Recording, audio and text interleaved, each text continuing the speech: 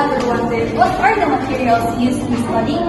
Well, the materials used in studies are jaggery, rice plant, microbes, sodas, water, and the MFO. Now that we already know the materials in the study, let us now go on the procedure. First step, we must feed the microbes by dissolving a sugary solution and later on sterilizing it and brew it under a petri dish separately.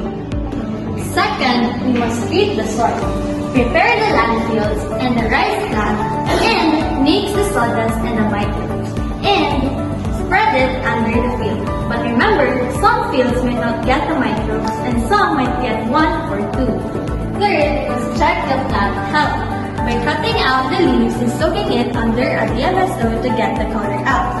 Measure the color using a spectrophotometer and measure the relative water content. The fourth step is that we must measure the plant. Measure plant height, leaf length, follicles, root, grains, and count leaves. And fifth, we must also measure the microbes. And lastly, we must use a computer to find the relationship between measurements. For the method, use a completely randomized design to fairly assign treatment to soil and report each treatment 3 times.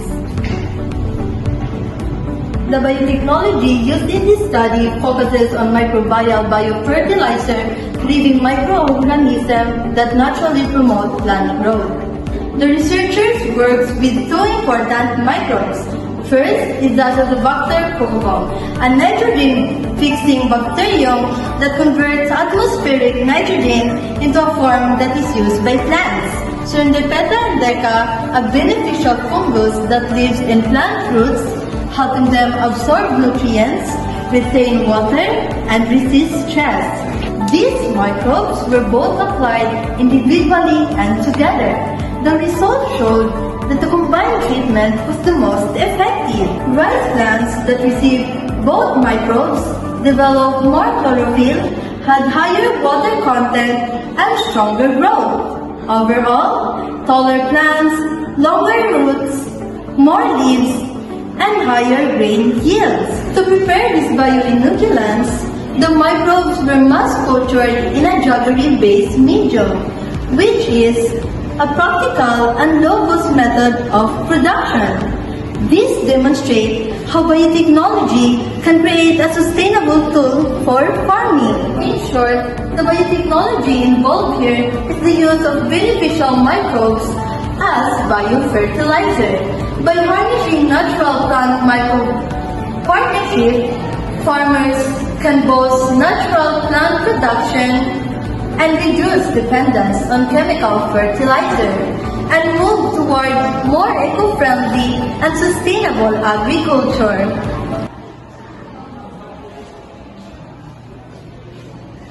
Fun facts!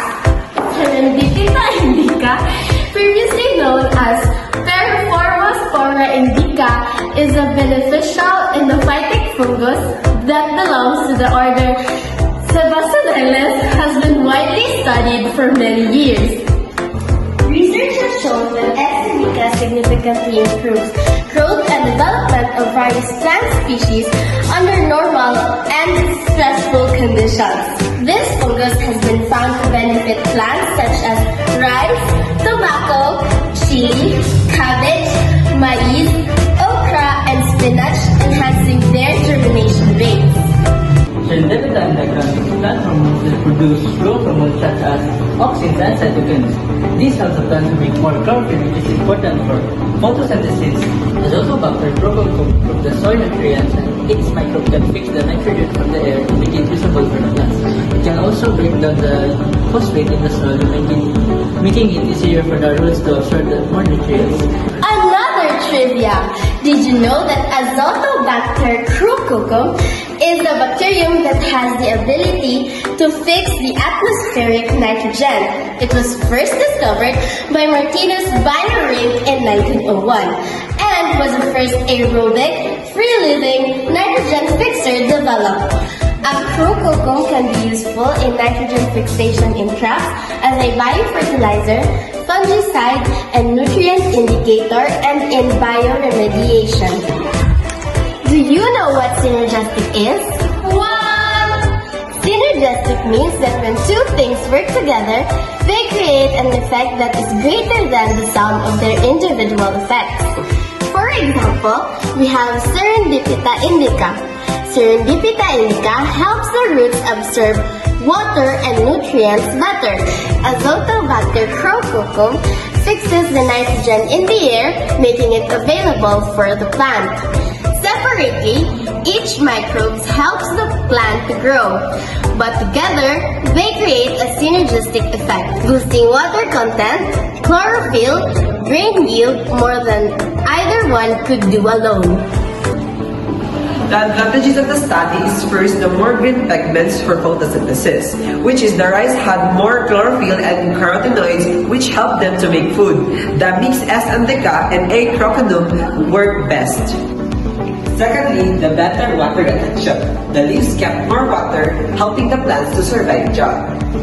Thirdly is improved growth.